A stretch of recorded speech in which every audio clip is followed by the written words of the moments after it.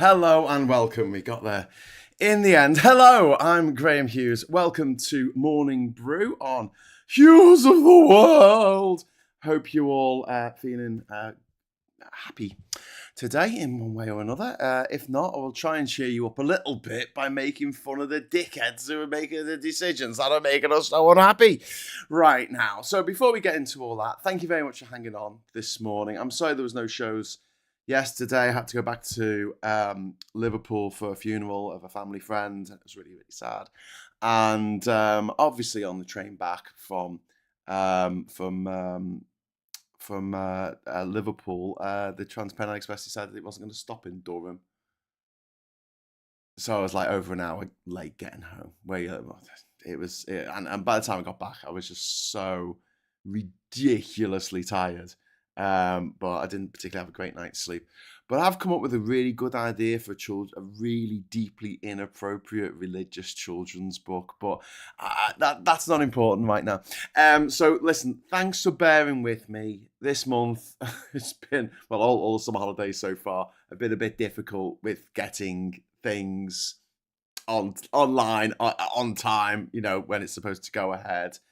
I hope that normal service will kind of be resumed next week once the kids are back in school. Well, actually, do you know what? It's Bank Holiday Monday, right?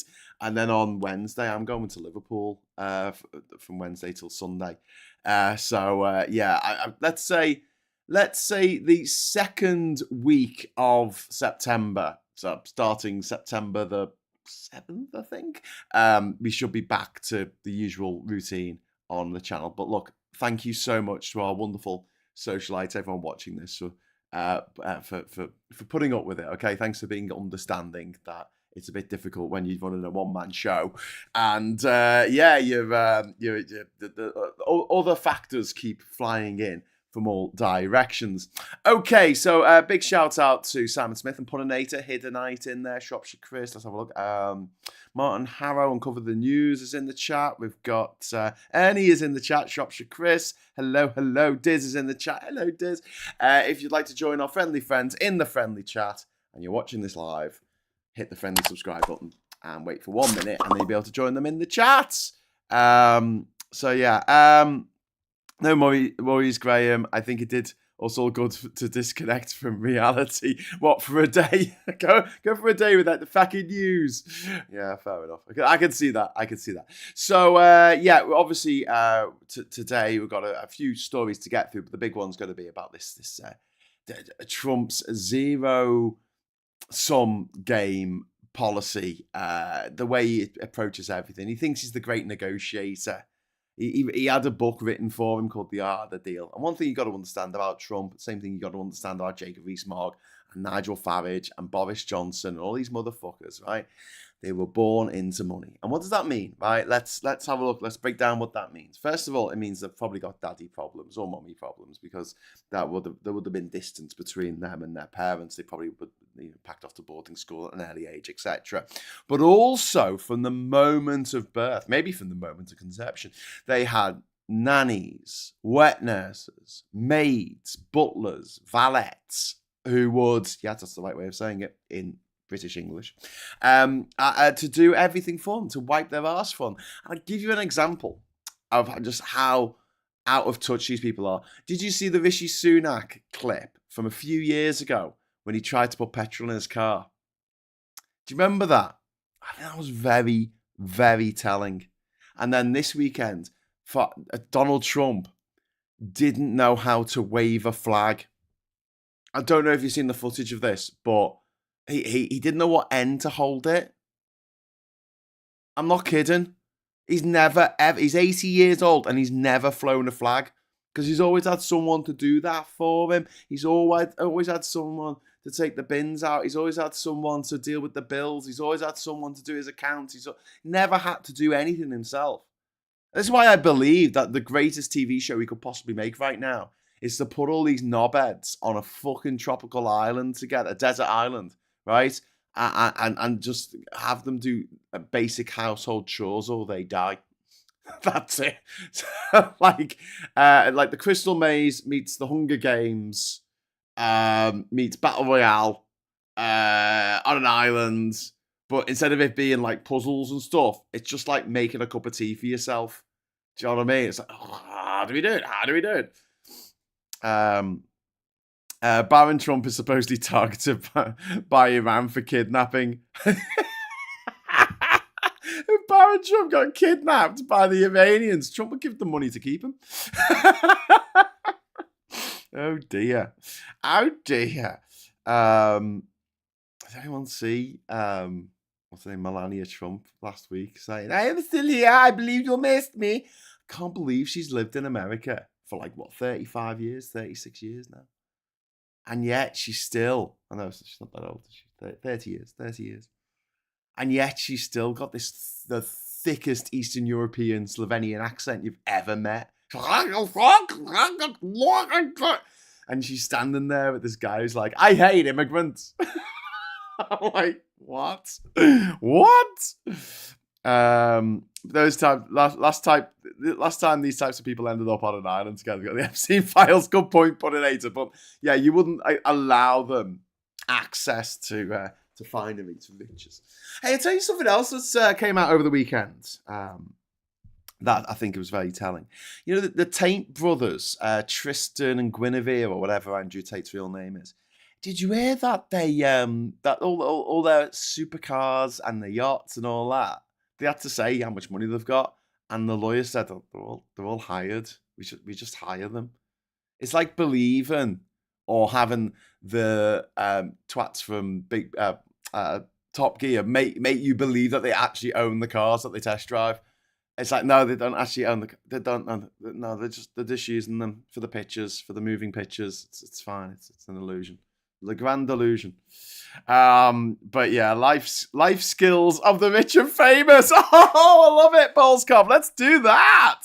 Oh, I love that. Life skills of the rich and famous. Write that down. And make it. You know, I mean, could you imagine like Trump trying to make it around a toast? Do you know what I mean? Like trying to butter toast. Trying to make toast in the first place. I know, because there's a certain skill to it. You know, so it's not either undercooked or burnt to a crisp. You got that like 10-second window where you got to press the pop-up button or you fucks. On most modern toasters, which is shite. You know, we can detect the light coming from the escaping light from a black hole that's billions and billions and billions of miles away, but we can't detect when the toast is about to burn in the toaster. Life skills of the rich and famous. Oh my god, it would be good to do as a sketch. I think if we could do that as a sketch, like an animation or something, it'd be really cool. Yes, I have, Graham, and it would be hilarious in another reality. Yeah, some people never lose their accents. On the other hand, my mate's sister will pick them up within weeks. I'm not expecting her to lose her accent. I'm sure, you know, I'll always have a Scouse twang to me, no matter what I do in life. But I mean, it's okay. I'll give you a good example. Wayne Rooney, right? Wayne Rooney in the 2010 World Cup, and when he was sitting next to Steven Gerrard, right? Stevie G, and Wayne Rooney. They were like, they were like a parody of Harry Enfield's parody, The Scousers. Do you know what I mean? No one could understand the word they were freaking saying. This is Wayne Rooney on the TV when he was doing the stuff for the World Cup this year. Not only has he got he's become better at speaking, but you know, his accent is still obviously there, but it's gone down a bit. Whereas Melania, if anything, she sounds more like Dracula than ever before. None to drink your blood. Sorry, I don't know. Talking of the taints, their solicitors making some very dangerous threats towards Rubio's teenage son, saying it will only take this one accusation to ruin his life. Well, I don't know if that's dangerous. I mean, playing with fire is dangerous. If it's true and he's been a gobshite, well... Oh no, Liam, I hate to admit it, but I'm severely depressed for what's going on lately. Sending myself insane. Some days it's okay, and it just hits me. It's taking all the energy just to function. Liam, look, I don't want to say don't worry about it, because that's just flippant and it's bullshit. But there are people out there, right, who make all their money by scaring the living shit out of you. And you watch this channel, so you know what I'm like. I like to laugh at what's going on, but also I try not to take it too seriously, right? There's stuff that affects us in our everyday life. And there's some wonderful, gorgeous trans people watching this now who are like, yeah, this is affecting me in my everyday life. But for the vast majority of us, like you know, all things being equal, and I know it's harsh to say this, but if there's an earthquake in Papua New Guinea or there's an outbreak of Ebola in Democratic Republic of Congo, it doesn't affect our day-to-day lives. But there are people out there, Trump and Murdoch and Rothermere and all that, and they have a vested interest in keeping us all like on edge all the time. They don't want us to settle down. Robin Ince did a video the other day where he talked about the way that they, instead of making an employer like feel like they're lucky for having you as a worker, you're supposed to feel like you're supposed to feel like you're lucky to have a job. You're supposed to feel like everything's the last job you'll ever have, and disaster's always around the corner. The Tories make sure there's people who are homeless on the streets. Not because there has to be, not because there's any need for there to be people on the streets. There shouldn't be anyone on the streets. Anyone who's sleeping on the streets should be given accommodation and counselling and help, mental health support to help them. And we got the money to do that with the 5th richest economy in the world. And I mentioned this the other day. It's like, I'm fed up of hearing about how we haven't got money for this and that. We're the 5th richest economy in the world. But you've got people panicking about the national debt. I keep saying this. I couldn't give a flying fuck for a rolling donut about the national debt. It doesn't matter. On the greater scheme of things, it's not going to affect you in your everyday life in the way that Liz Truss's mini budget did. You've got to sort of take it all in the round. Donald Trump says, we're going to invade Iran. Okay, petrol prices go up. But they haven't gone through the roof. It's not gone $200 a barrel. I don't think it will. You've got vast reserves. Some stuff is getting through the Gulf of Hormuz. They keep saying it's closed. It's not. A lot of stuff's still getting through there. They don't have any insurance, but they're getting through.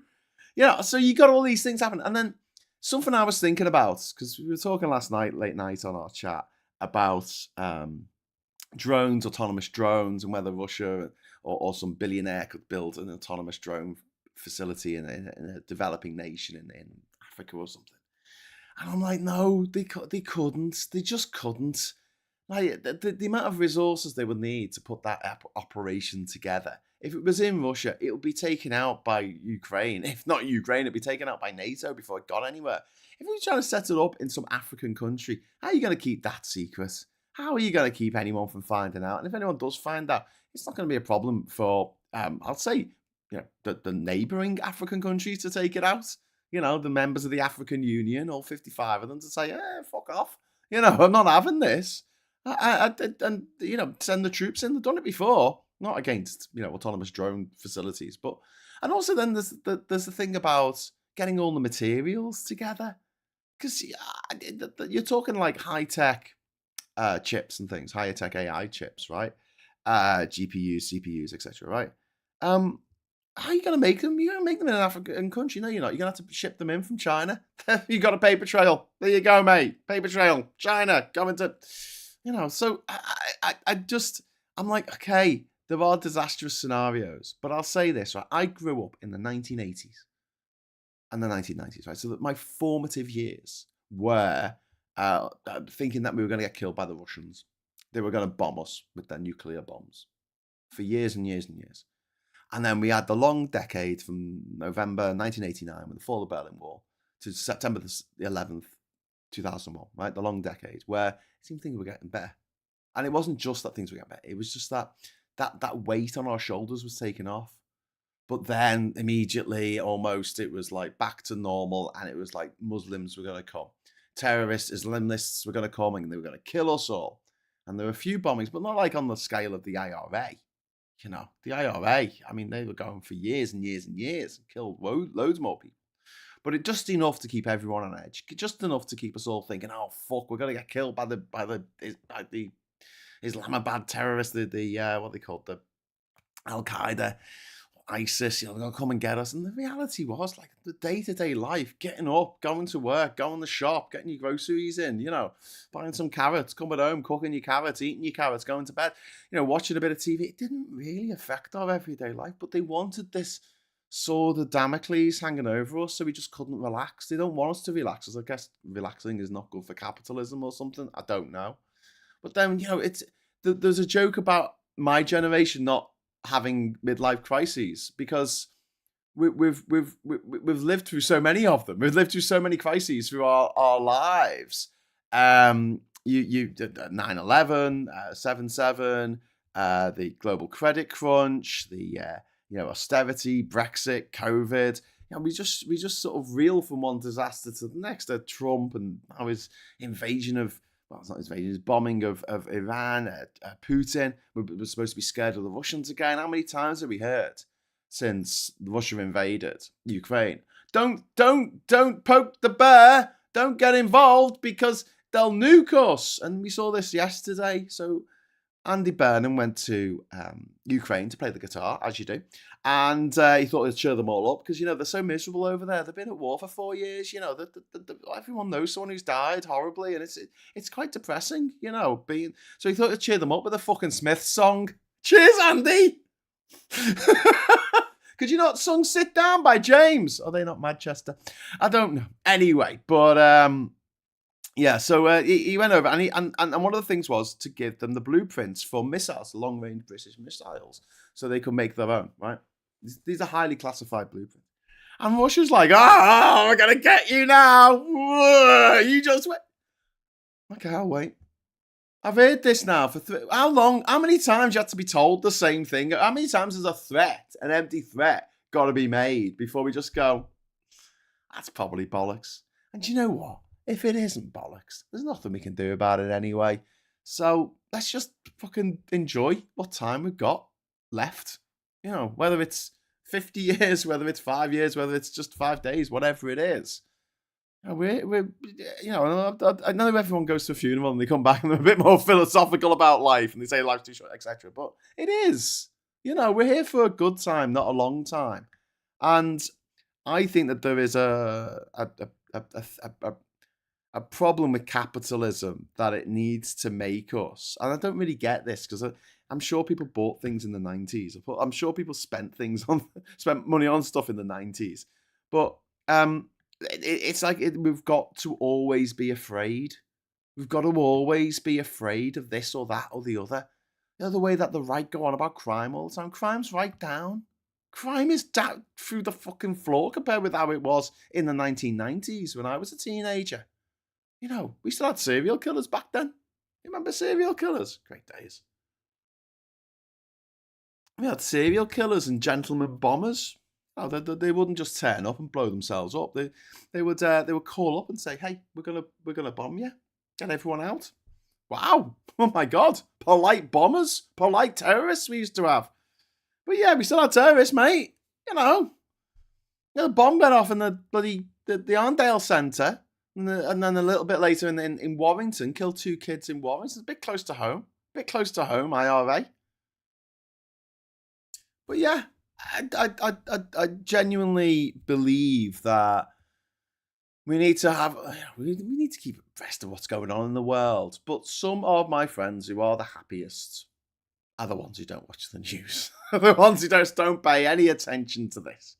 And some of my friends who really are feeling it, get on top of them, are the ones who are every day on the BBC website, on Reuters, on The Guardian, or whatever they read, and just going, oh shit, there's a famine in, Kenya. There's been a coup d'etat in the Comoros Islands, and I'm like, okay, yeah, I find it interesting, but I try not to find it depressing. And so a couple of things. First of all, I always try to remain grounded when I talk about things going on around the world and my experience of traveling around the world, my travels. It's not just the Odyssey expedition, but also all the times I've traveled around the world. I've just met the nicest, sweetest, loveliest people you'd ever hope to meet. And they've really reaffirmed my faith in humanity hugely, right? And so whenever I think of, whenever I'm reading a horrible headline about something stupid Trump has done, or horrible, nasty, mean, vindictive, sadistic that he's done, I always, pull out my mind, that most people are good. One of my most formative experiences as a kid was traveling to Berlin in 1990, in the summer of 1990, and that is a piece of the Berlin Wall that I chipped off myself. The reason why it's got a bit of paint on it, it was a smooth wall, right? And on the western side, it was covered in graffiti because you could go right up to it on the west. Hence the people kissing by the wall in David Bowie's Heroes song. But on the eastern side, on the east side, of the wall, if you went anywhere near it, they shot you dead, right? So that was just all plain concrete wall, and there was no graffiti on it because no one was, if anyone went that close, they were trying to get out. They weren't trying to write their name on it. But all of the smooth stuff got taken off in the first few months of the area, of the sections of the wall that were still up, and allowable for tourists to go and chip away at. You could hire a little hammer and chisel for a few Deutschmarks, right?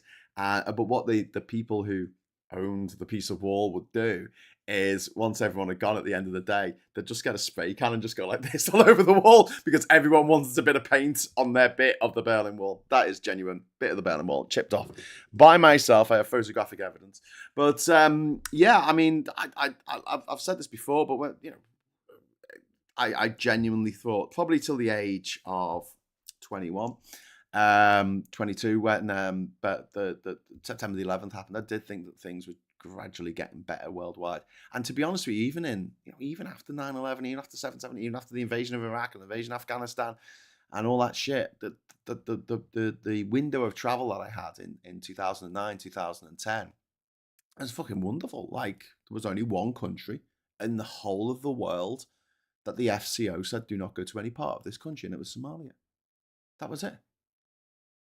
That was the only one. Now the list is as long as your fucking arm. I mean, there were areas of countries that it said don't go to, but you could go to the north Iraq, you could go to northwest Afghanistan, you go to Herat, that was fine. But yeah, it does seem that we've been taking some steps back recently, but then we do take some steps forward. So yeah, so the first thing I wanted to say is that, my view of the world is skewed probably by my experience, my personal experiences. So whereas the news we get from around the world is skewed by the fact that all the news is bad. Like, they're not going to report something nice happening in Uruguay. It might be in the funny bit at the bottom of the page, something funny happened in Uruguay. Maybe that'll get in. But it's more likely to be a horrible story about people dying in horrible ways. And so it gives us this distorted view. But the other thing I want to say is this, and this is really important. I've said this to other friends of the channel who I'm still in touch with, like Ivan, who's not watching this, but we keep in touch on WhatsApp. If this is getting too much, going through the news each day, if it's too much for you, take some time off. You don't have to do this. You're not obliged. I mean, if anything, if you're new here, yeah, please subscribe to the channel. Subscribe and like. You need the money. But if you've been here for a while and you just need a little bit of a break, to get away from all of this, and it'll still be here when you get back. I'll still be here when you get back. Don't worry. Don't worry about that.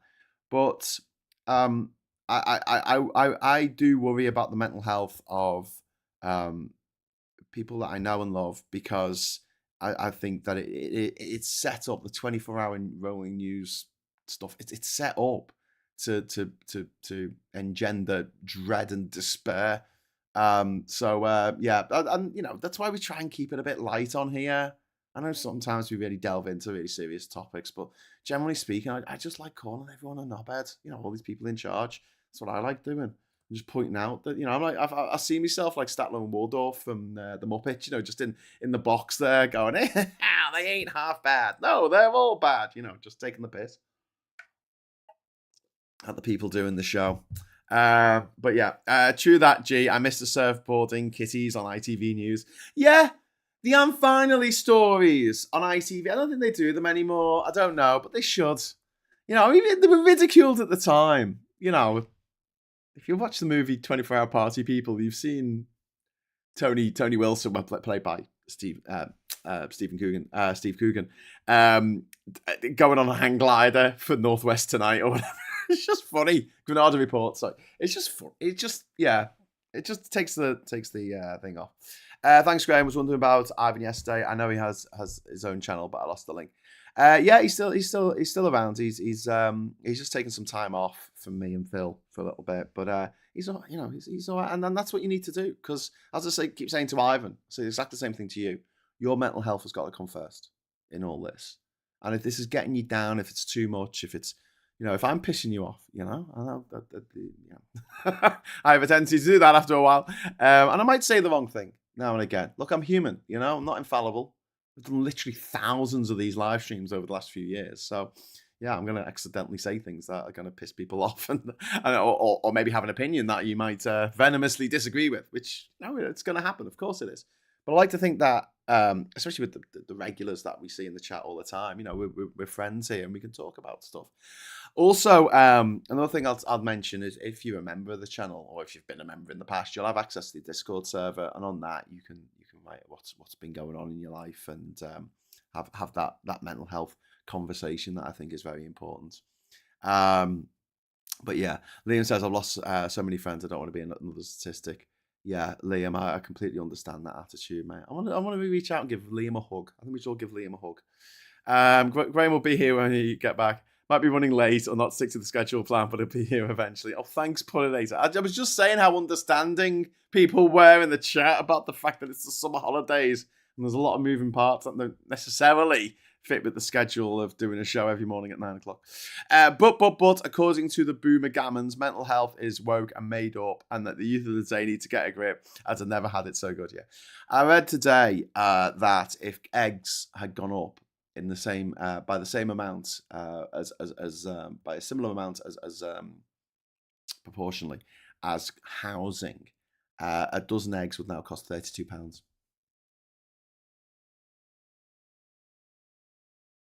Yeah, but come on, tell us, boomers. Tell us how we're doing it wrong. Tell us how we're doing it wrong. Oh, Liam's getting hugs, which is nice. Happy all the time is not happy. It's a problem. Be satisfied and contented and celebrate those happy times and indulge the bad ones. It's this way emotion matters. Yeah, lost missionary. I think you're right. But we are designed, right? We've evolved, whatever, whichever you believe. But we have evolved to deal with like small numbers, with a group of 200 people in our village, right? Who we can deal with that kind of number. And when there's a problem, something bad happens, something awful happens in the village, we've got enough emotion to feel awful about that, and then we have the process of upset, we have sadness, we have grief, which are natural emotions, right? When someone passes away that you knew and loved, of course you should feel bad. You should feel sad. You should feel like it's shit, because it is shit. It genuinely is.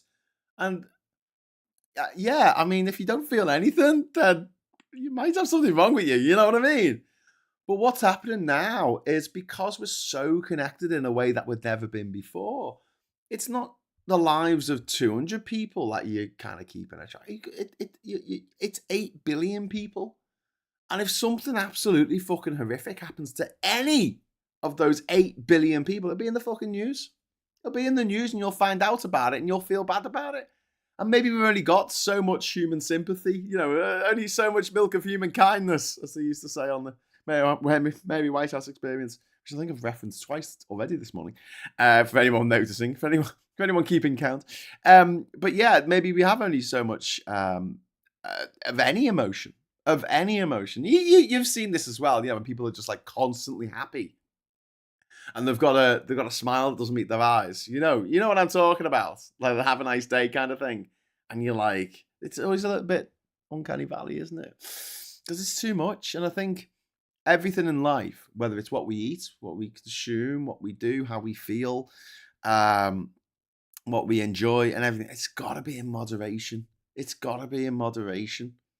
I know it's easy to say, and it's harder to do. But at the end of the day, you sit too close to the TV, all you're going to see is fucking little coloured blocks in it. Sometimes you need to take a step back and just... Yeah. It is. I don't know why we're talking psychology here and world events and history and things, but it is unnatural for humans to try and calculate a number above 1,000. It's just daft. It's funny money. A million doesn't mean much to us. A billion even less. A trillion is just abstract. It's an abstract thought for most of us because our brains haven't evolved to deal with that kind of thing, and our brains have not evolved to deal with horrible things happening every single day. Because when we were in our village of 200 people, horrible things wouldn't happen every day. In fact, there might be more marvelous things happening than bad things. I have a bumper harvest. I have a really good party. Some babies might get born, and survive. The way humans are, right? I think it's just overwhelmed. If you want a word that just describes what the state we're in at the moment, it is overwhelmed. Too much information, too much news, too much grief, too much suffering. And as empathetic human beings, we're going to feel bad when people are suffering anywhere else in the world. It really does hit home to a lot of us. And managing that and being able to sort of get on with life, even though all these horrible things are happening. But that's what we have to do. It's just what we have to do. And yeah, I really feel like the media could do more for just making people feel a bit better about themselves. That's why people give to charities, because we want to feel better. We want to feel like we can actually do something. We can have some effect. That's why most of us talk about politics or get into politics, because we want to have some effect on the world and make it a better place. It's all Ted Turner's fault. 24-hour news was a bad idea even before the internet. Yeah, but I mean, it would have come with the internet anyway, so yeah. But then the internet brought us hilarious cat memes, but they've all been usurped now by fucking AI. The unshittification continues. Oh, hello, Alexa. Some people watching this on their TV have just had me say that word, and now their Alexa's turned on. If a man says crying is for wimps, why are they saying men cry when their football team loses? Crying isn't for wimps. Crying's for humans. Humans are the only animals that cry when they're upset. The only ones.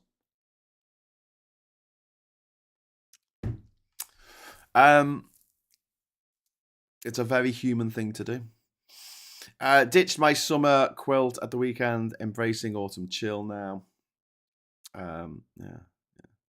There seems to be a surplus of fear, but hope is in short supply, says blah blah CW. Yeah, I agree. But they want that. They want us to be afraid, and this is why I've all my fucking life I've heard about how the Russians are going to kill me. Oh, don't do that. The Russians will come. They'll bomb you. They'll do this. They'll do that. I'm fed up of it.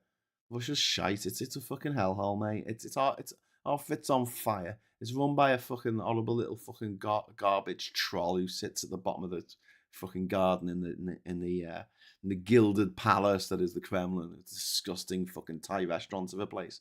No problem with Thai restaurants. I mean, Thai restaurants go to Thai restaurant, but fucking hell, just how tacky and insanely cheap does that fucking Kremlin look?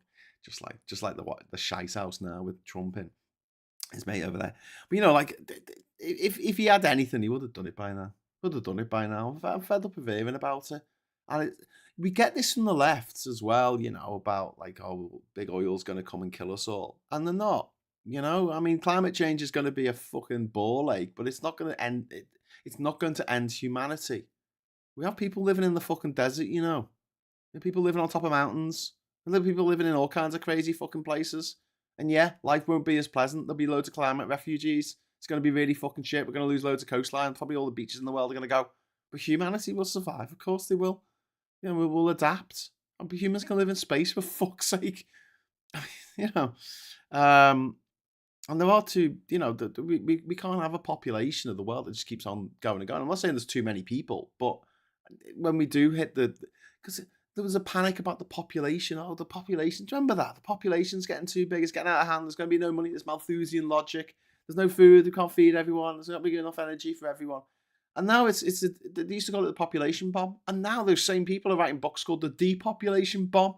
Like, oh, there's going to be fewer humans. Okay, fine. People don't want to have kids. Fine. It's okay. Colin says, my mental health was at low point after the USSR invaded Afghanistan. I had colleagues in the territorial army and my family telling me which branch of the armed forces I was going to join. Wow. Yeah. Yeah. So it was 1979.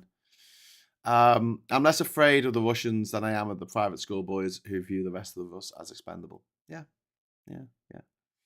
Yeah. Alexa, my husband and I are going through a funeral at the moment. All the bad news in the world feel like an extra burden and adding more anxiety and helplessness. There's so much we can cope with. Yeah. There's so much one can cope with.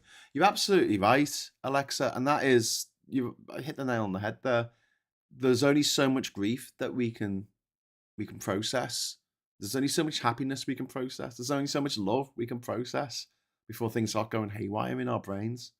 Our brains are the most complex thing that we know of in the universe. In the universe!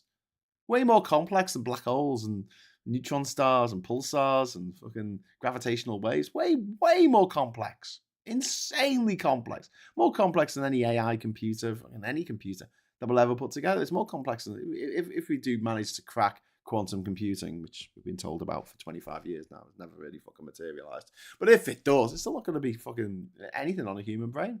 Human brains are insanely complex. And we expect them to work correctly all the time and do all the things that we want them to do. We don't expect that of any other tool, that we use in life. Just because I've got an arm doesn't mean I'm going to bat for England, for the in the cricket. Just because I've got a foot and legs doesn't mean I'm going to play football for Everton. I mean, well, maybe. Never say never. But yeah, but we expect this stuff of our brains. We expect our brains to be absolutely fucking infallible.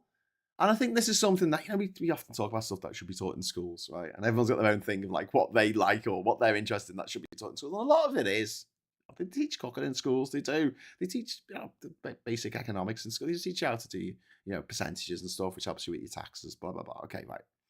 But yeah, one thing I would like is for people to get over the idea that everything they say, their brain tells them is correct, because it's a dangerous concept. Your brain gets shit wrong all the time.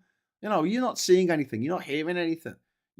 That's just your brain's interpretation of what you're seeing. It's just brain's interpretation of what you're hearing or what you're smelling. It might not be. You might get it wrong. This is why famously, if there's a car accident and 3 people witness it, they'll give 3 slightly different statements. So what happened? Because they had different perspectives on it. Your brain is a perspective of your hearing, of your eyes, of your nose, of your taste, whatever. And your brain's not infallible. And it's like when someone makes a mistake, someone misremembers something. And I'm sure you've all got a mate who's like this, and maybe you're like this, I don't know. But they're absolutely convinced that something happened in the past because of the way that they remembered it. And then you ask other people who were there at the time, and no, it didn't go down like that. But because that's how their brain interpreted it, that's the way they saw it. And I try and be a bit loosey-goosey about this and say, look, I can't remember. It was 20 years ago, probably. Do you know what I mean? But people, don't you, who are adamant, absolutely fucking adamant that it went down a particular way when everything's open to interpretation. So I think that if we could do that, if we could say, look, our brains make mistakes, right? They're dead complicated. We don't expect our computers or AI to not make mistakes. They do make mistakes all the time. They glitch out. They blue screen of death. They give you absolute fucking... They hallucinate, as they say with AI. They make shit up. Your brain does the same thing. It just makes stuff up. And 20 years, 30 years later, you can't remember whether that was a dream or it actually fucking happened, unless you filmed it. From multiple angles as well, And that's true for anything, not just your life, but art, cinema, music. People interpret it in different ways. Some people here, Living on a Prayer by Bon Jovi, are like, fucking hell, man. Oh, this is amazing. I haven't heard this song for at least 23 hours. Fuck yes. Woo! Whereas I hear it and I go, oh my God, Jesus, stop playing this song. I feel like I'm in the snow globe in that episode of Black Mirror, where it's like Slade's Merry Christmas just going over and over again in a loop. I'm like, I'm fed up of hearing it. So everyone interprets things differently. You go to a movie, right? You mate, and you come out and you're like, that was fucking awful. And they're like, that was the best movie I've ever seen. And you're like, Did we watch the same movie? So yeah, I think that would be a thing that probably could be covered in biology. I'm not saying we had to have a new subject for this, neuroscience or something, but it's worth pointing out at a young age to people that they can make mistakes, and that's fine. And it's okay to make mistakes. I mean, this is the thing in the first Inside Out movie was it's okay to be sad, right? It's okay to be sad. And then the next one was like, it's okay to be emotional, I guess. It's okay to have anxiety. I'd like the next one to be, it's okay to be wrong. We get stuff wrong all the time, and we need a little bit of humility, I believe. None of this. When I was in Nigeria, I saw bumper stickers saying that the only person who can judge me is Jesus Christ. I've seen those stickers in America as well. I'm like, all right, mate, calm down. Calm the fuck down. Our brains try to minimize our fault in events. Our brain acts to protect our sense of being on the right side of empathy and morality. Yeah. Emotions begin to override rational thinking. Yeah, absolutely. Also, we don't have the same level of empathy. I constantly put myself in other people's shoes. So I guess I feel their pain more acutely. Yeah. And that's something as well. I think there is, Elon Musk, sketchy looking fucking, he's an ill looking motherfucker, isn't he? Him and that beady eyed cunt who went after Jason Arday and Peter Thiel. Peter Thiel, what an ill looking gobshite. I mean, he looks like he's on the he should be on a death note. He should be in the fucking Aussie, hooked up to a fucking IV. One of those beep things that beeps, beep, beep, beep. He shouldn't be up and about. Look at him. He looks the chief of staff of what's his name? Miller, is it? Stephen Miller? He looks ill as well. What is this with these billionaires who all look fucking like they're on death's door? It's because they drink all that unicorn blood. It's not good for them. Full of prions. Chris C, thank you very much. The human brain is the best storyteller. Yeah, and we tell stories that to try and make it make sense and to try and comfort us and I make mistakes. I make mistakes all the fucking time. And there's that great line of there's no point in having a mind if you're not prepared to change it. Yeah. Why the Bon Jovi hate? You can't just ignore the bangers. I just fucking hate it. I've hated him since the 1980s when he was putting out this shit. Right, it's Slippery and When Wet album. And I fucking my position on it hasn't changed after hearing Living on a Prayer for the 97,424th time in my life. It's okay, I've heard that one. It's okay. You don't have to play it again. It's okay. Hey, listen, I haven't set up a goal. Talking of cheering people up, let's set a goal. And we will celebrate with confetti. I better crack on. It's not going to be in the morning much longer if I don't get on with what I want to talk about. We've got to fight for your right to party. So I'm just bringing up all of my party emojis here. Okay. Confetti. Confabulation is the term to describe memory error. It should be okay not to be not clever because everyone is sometimes a bit dumb. Yeah, we all make mistakes. We all make mistakes. And we've all been there. I probably do this every day where I say something and I've got in my head what I think I mean by this. But then the other person who's listening to this or talking to me, having a conversation, they hear something else. It's the same words, but they interpret it differently. And I didn't mean it as anything like an insult or something bad, but they interpret it like that. And it's interpersonal relations that we really need to sort of have a think about. And yeah, I completely understand why there is that sort of sense of overwhelm at the moment with the way things are. I'm worried it might die back, Diz. I know the big elm in the side garden has Dutch elm disease, but it's still going strong. Cool. So you want Bon Jovi dead or alive? I don't want him dead. I don't wish any harm on him. He's fine. He's doing his own thing. I don't care. I just don't want to hear his music. It's fun. I want to be able to control what music I hear, right? And I know to a certain extent you can't do that, right? Everyone's got to get into a lift. Everyone's got to go to the supermarket. Everyone's got to, yeah, I get it, right? However, I think there needs to be a limit on how many times society is allowed to foist a song upon you that you don't like. I mean, the first 17,000 times I heard that song, I hated it. My feeling about it did not improve over the next 50,000 times I heard it. So, do you know what I mean? Like, anyway, let's talk about Trump's shitty deals because we're at 11 o'clock now. Been going 45 minutes. So let's get on to what I wanted to talk about. The basic problem, right, with Trump's shitty deals. So if you want to skip to this bit. I'm going to talk about Trump's shitty deals and his mentality and why he keeps making shitty deals.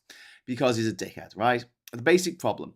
Trump thinks every negotiation needs a loser. And it's not going to be him.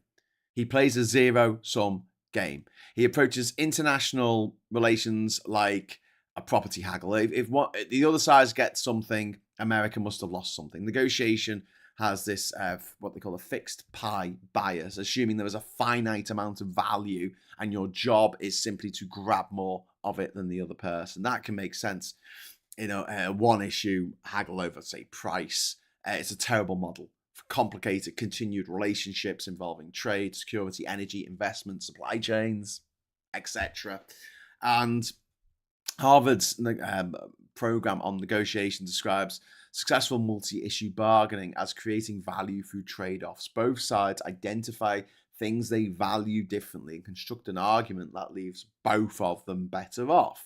So you could argue that, yeah, we don't want to sell any beef to Australia because we can sell them, I don't know, fucking Sinclair C5s, right? But they don't make Sinclair C5s, and so it's worth us saying, oh, you can sell us a bit of beef tariff-free, and in exchange we'll sell you some Sinclair C5s, because that'll make more money for our economy, whatever it is. But experimental researchers found that fixed pie assumptions, a zero-game idea, produces suboptimal agreements because negotiators overlook compatible interests and useful exchanges. So Trump repeatedly substitutes threats for leverage, humiliation, for persuasion. Do this or I'll fuck you over. There's another way to go into a negotiation. Get the other side's back up. It's one of the reasons why the negotiations between the Palestinian authorities and the Israeli authorities are always fucked, because both of them have a zero-sum game in their head. But not just that. They start each meeting with, you did this, you fuckers. And they go, well, you did this. Well, you did this. Well, you did this. And they never fucking negotiate anything. That's why it's always better for those fuckers to be, negotiated, because in the Israeli government, for it to be negotiated via a third party,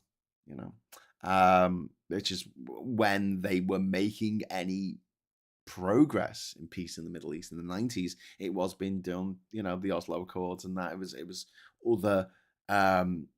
was other entities stepping in the middle, But that's not happening with these trade agreements with Trump, because he doesn't see he maybe it should, but like he's just straight in there and saying, no, I'm going to insult you. I'm gonna tell you what's going to happen if you don't give us our way. And what he wanted off Canada was absolutely extraordinary. It was banana. It was absolutely cocoa fucking banana pants, bloody banjo bananas. It was like, what the fuck? But what it is it's toddler. It's this toddler mentality. Because Trump's, I think his brain stopped developing when he was 4. I can't be winning unless you're losing. And I mention this quite a lot, with J.K. Rowling and all those cunt nuts. They say, we've got to do this, we've got to do that, And the reality is, it's not enough for them to be billionaires. It's not enough for them to do well. Someone else has to lose, and it's you, a lot of the time. And it's sort of the toddler version of, I can't be winning unless you're losing. The adult version is, what can I give you cheaply that you value highly in exchange for something that you can give me cheaply that I value highly, But this negotiation with Canada is just absolutely fucking, I mean, it's upset. Canada and the US have been trading stuff for over 200 fucking years. Longer than that, probably 300 years, right? They've been trading stuff, beaver pelts, or during Prohibition, there was Canada Dry, coming down. There's always been trade over that border, over the 49th parallel, and the Canada and the US already had a negotiated trade agreement. Trump negotiated it himself in his first fucking term of office. The USMCA replaced NAFTA, the old North American Free Trade Agreement, during Trump's first presidency, and it entered into force in 2020. And he presented the USMCA as a tremendous improvement over NAFTA. And then after returning to office, he started attacking the trading relationship that he himself had brought about, And then in February last year, he announced a tariff on Canadian goods. He said he wanted, he's going to put these tariffs. And Canada prepared 155 billion Canadian dollars of retaliatory tariffs, and Trump paused his tariffs a few days later. And then in March, he was at it again. He put 25% tariffs on Canadian goods. This was last year. 10% on Canadian energy, right? And Canada retaliated with 25% duties on 30 billion Canadian dollars of US imports. And 2 days later, Washington exempted goods complying with Trump's own USMCA. So we got rid of it. He chickened out, created a trade barrier, provoked retaliation, and partially exempted goods that were already covered by the trade deal that he himself had negotiated. This isn't the negotiations of a seasoned veteran and deal maker. This is just the ramblings of a mad person. Simple as that, And then we've got the steel and aluminium. Trump imposing 25% tariffs on that. Later, doubling US steel and aluminium tariffs to 50%. Meanwhile, Trump put a 25% auto tariff on there, and Canada responded with auto counter tariffs. And this is, North American car manufacturing is heavily integrated. Components cross the border from the US into Canada and US into Mexico all the fucking time. A completed car, this process of putting it together, will cross the border, to become a completed car. The components will cross the border like 7-8 times before they actually put it all together, And it might be a case of a gearbox that being put together in a molding facility in America and then going over to Canada to have the fucking pistons, whatever, and then bringing it back. Pistons in a gearbox? What the fuck are you talking about, Graham? I don't know. Anyway, but the bits and pieces being put together went back and forth across the border, and it wasn't a problem until Trump came along. And then, Trump actually got concessions out of Canada when he terminated talks over Canada's digital services tax, and Canada scrapped the tax 2 days later to restart negotiations. That should have been an American, been banked as an American concession. For Canada. So it's a Canadian concession for what the Yanks wanted to do. But it should have moved both sides towards settlement, but instead the tariff conflict has continued. Canada subsequently removed most of its retaliatory tariffs in August 2025, retaining measures covering steel, aluminium, and cars. Trump added further tariffs on Canadian lumber, which they need. And in October he suspended talks again, this time after the Ontario government ran an advert using real footage of Ronald Reagan criticising tariffs. Thanks very much to Miss Paula Thomas, for the £2 Super Chat. Trump probably can't remember doing it. I don't think he remembers what happened this morning. I just think he's a permanent goldfish of a leader. Anyway, so Trump then this year declined in July to renew the USMCA for another 16-year term, leaving it subject to annual review. And then he invoked Section 338 of the Tariff Act of 1930, a rarely used Depression-era provision to impose 50% tariffs on $20 billion worth of Canadian goods. This affected wine, furniture, clothing, fishing rods, and hockey equipment. And these what he called extraordinary strategic threats to American national security. Fishing rods, hockey equipment, clothing, furniture, wine. By the 20th of August, this just last week, Canadian negotiators said an agreement was very close, and the proposed deal would have cut Canadian vehicle tariffs from 25% to 15%, halved steel and aluminium tariffs from 50 to 25%, and resolved several implementation disputes. Right, provincial governments were even discussing allowing American alcohol back into Canadian shops. Now, talks failed on Friday, right? And this 50% tariff took effect on this 20 billion of Canadian exports. And Canada announced dollar for dollar retaliation beginning on the 8th of September, covering goods including US steel, electronics, dairy products, appliances, and agricultural equipment. And Trump's response yesterday was to threaten 50% tariffs on all Canadian cars, trucks, and automotive parts from the 1st of January next year, right? So this is kind of just absolutely mind-blowing, right? Because Trump is having a trade war with one of America's oldest allies, fellow member of NATO, one of its biggest dealers, traders with them. What Trump was asking for was just absolutely fucking bananas. So, right, here's two things that you need to know, right, that they were demanding, and this is why the talks broke down. First one was that, Jesus Christ, this is what it put on us. This is why any of those Brexiteers who are like, oh yeah, we're free to trade with the rest of the world. This is the deal that Trump wants to put on to Canada, right? Listen. He wanted to tell them that if they wanted a free trade deal with any of the other 192 members of the United Nations and other places, right? America had to be consulted. America had to be consulted for Canada to do a new trade deal with Japan or South Africa, Australia, the UK, the EU, Mercosur, ECOWAS, ASEAN, whatever it is, ASEAN. What the fuck? And then secondly, right, they said they wanted them to use French less. What? Because Trump doesn't like French, because he doesn't speak French, right? He wanted the government of Canada to use French less. That was part of the deal. It's like, well, is this a trade negotiation or a hostage negotiation? What the fuck is going on here? That's why the talks collapsed.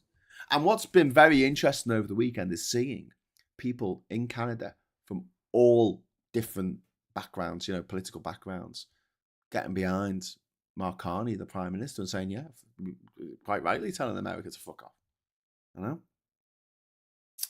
off. Before Trump intervened, Canada and the US are one of the deepest bilateral economic relationships on Earth, largely tariff-free under an agreement that Trump himself had negotiated. Now, there's American tariffs, Canadian tariffs, American businesses paying more for imported inputs, Canadian consumers being encouraged to avoid American products. You're seeing it in the supermarkets, where the Americans, they're taking the bottles off the shelves. People are boycotting America. Investment uncertainty disrupted automotive supply chains for the automotive industry. And you got two previously exceptionally close allies repeatedly threatening each other economically, having a trade war. This is what Trump has done. And Canada has also proved willing to retaliate rather than simply accept what Washington dictates. And Trump he keeps discovering the basic weakness of coercive negotiation, which he doesn't understand because he's a bully, he's a thief, he's a con man, he's a con artist, he's a mafia boss. He's used to just proclaiming stuff. He sees himself as a divine right, absolute king from the Middle Ages. That's how he sees himself. Everyone's scared of him. It's his way or the highway, but he just doesn't realize that the other side has agency. The other side has agency. And he just can't get his head around this. Iran. Iran has agency. Trump repeatedly promised he could resolve the Iran nuclear issue through superior negotiating ability. He got rid of the deal that was there that allowed international inspectors to go and inspect anywhere that uranium was being enriched in unprecedented access in Iran. Right? Never happened before. Right? Not since before the fall of the Shah. Right? And he threw it all away. Trump threw it all away because he didn't negotiate it. He was going to get a better deal. He was getting a better deal, and he couldn't get a better deal than that, than what the Obama camp had negotiated over many years, right? Instead, the US and Iran have now been at war for almost 6 months, and the hopes of a negotiated reopening of the Strait of Hormuz have failed, and the 60-day negotiating window expired without agreement. Washington is now threatening countries doing business with Iran and making secondary sanctions. Trump has introduced additional demands, including Iranian reparations, making an already difficult settlement still harder. And Iran continues to exert pressure through Hormuz. Doesn't need a nuclear bomb. It's got the Strait of Hormuz in its sights, literally. And Trump tried to deal with them where he gave them $400 billion. $400 billion for reparations for the trouble that, sorry about the mess. Stuffing some money into the top pocket of the guy behind the bar. Sorry about the mess. After the fucking St. Valentine's Day massacre had been carried out. Sorry about the mess. Buy yourself something nice. 400 billion. And the Iranians are like, we don't care, mate. We don't give a fuck about the money. We don't need it. And Trump doesn't understand this. He's like, but don't you want the money? And like, no. Would rather have agency, thank you. Bye. And don't forget the what was the JCPOA nuclear agreement? It wasn't just negotiated by Obama. It was also Britain and France, and Germany and Russia and China, the EU and Iran negotiated it. But he seems to think, it was all Obama's thing. So, we need to get out. So he did, again, just like he abandoned the perfectly functioning NAFTA, which wasn't perfect, but it worked all right. Like the EU, not perfect. I'm not going to argue that it is, but it works all right. Better than the alternative, eh? Better than fucking Brexit. Replaced it with a new deal. The USMCA deal. Okay. And it was a bit shitter, but it was fine. And then he's back-heeled that. Abandoning an imperfect functioning bargain. It only makes sense if you can replace it with something better. And again, he's proved that he can't because he plays a zero-sum game. Russia, Ukraine. Trump repeatedly suggested that his personal relationship with Vladimir Putin would allow him to end the Ukraine war. How's that going, eh? He said it would end on day one. Remember that? Fucking liar. Negotiations have repeatedly failed to produce unconditional ceasefire demanded by Ukraine and its allies, and Britain and France are now increasing military aid, military assistance instead. Burnham's now, like I said earlier, he's announced that the Ukraine will receive access to classified British technology, enabling it to produce Storm Shadow cruise missiles. And, Russia is continuing killing people at, left, right, and center in Ukraine. Ukraine continues striking Russian military and energy infrastructure and the distribution hubs for military equipment via their version of Amazon. Or versions of Amazon. And Putin's objectives are strategic, territorial, and ideological. Being nice to Putin, sucking up to Putin doesn't make those interests disappear. But Trump's an idiot. He arrested development. He knew everything he needed to know about the world at the age of 4, and he's never changed. He can't change.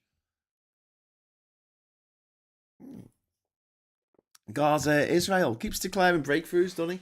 How many breakthroughs have we had under Trump? Repeatedly announced, advances in his Gaza fucking peace initiative. And yet the Israelis haven't fucking withdrawn. Hamas haven't disarmed. There's no governance. There's no security. There's no fucking reconstruction. You know, political plan remains deadlocked. And he keeps announcing that he's got a deal when he hasn't got one. Everyone's just looking at him going, He did it the other week when he said, oh, Hamas have agreed to get rid of their weapons. I've just done this deal. This deal is an amazing deal. And he gave it to the Knesset. He gave it to the Israeli parliament, and they said that. Or the Israeli government said no. Under Netanyahu, no, we're not having that. And the same tariff loop is that we talked about earlier with Canada, where it's just this war of aggression. Trump's done the same thing with China, impose tariffs, provoke retaliation, escalate, negotiate removal of some of the barriers that he just created, described their partial removal as a historic victory. Trump launched his original trade war with China back in 2018, when his first presidency.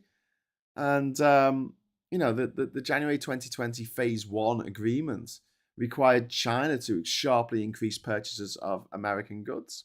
And China never fulfilled the headline purchasing commitments because it doesn't need that much stuff from America. So most tariffs remained in place, and the promised Phase 2 agreement never materialized. A vast confrontation yielded a partial bargain that fell far short of what had already been, originally been promised or would have happened anyway. And this isn't anything new, Look back over Trump's business dealing. He's a terrible, terrible businessman. Trump opened the Atlantic City Taj Mahal in 1990 at a cost of roughly $1 billion, which is the equivalent of 1 trillion now or something mad, adjusted for inflation. He could not obtain favorable bank financing that he had predicted. Instead, he borrowed $670 million through junk bonds, carrying roughly 14% interest. Imagine going in to the bank and saying, I want to take a mortgage out to buy a casino. Okay. Well, we don't trust you because you're a con artist, so we're going to charge you 14% interest. Yeah, that's fine. And within months, the casino could not meet its debt negotiations, the Taj Mahal in Atlantic City, and Trump defaulted on a $47 million bond payment, and the Taj entered bankruptcy proceedings. He bankrupted a casino.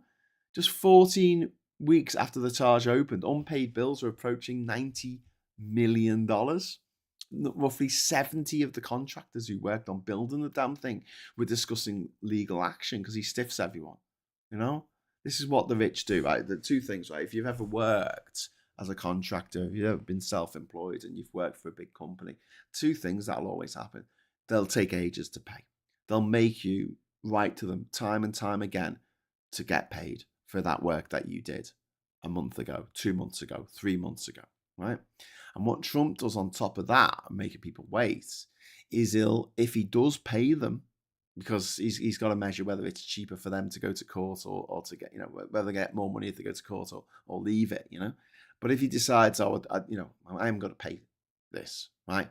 He'll only pay 2/3 of it, or 3/4. He'll pick an amount. He'll give himself a discount for whatever reason, knowing that the remaining amount that he still owed them, that he's just, taken off the invoice, taken off the bill, that amount is not worth going to court over.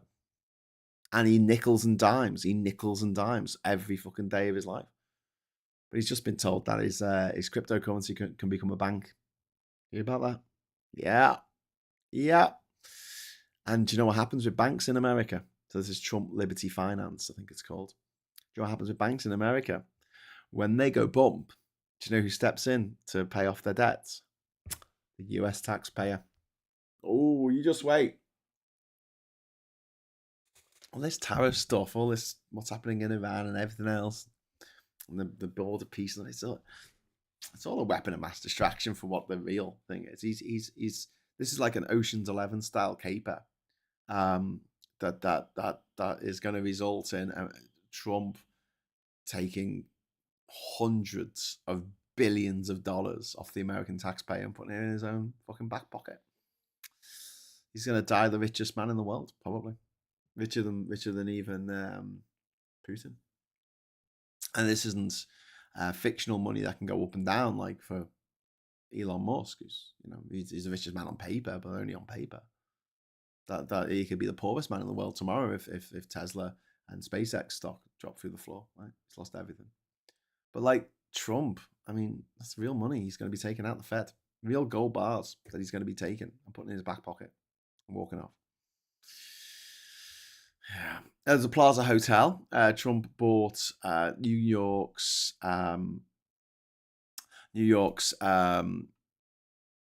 Plaza Hotel in 1988 for around $390 million.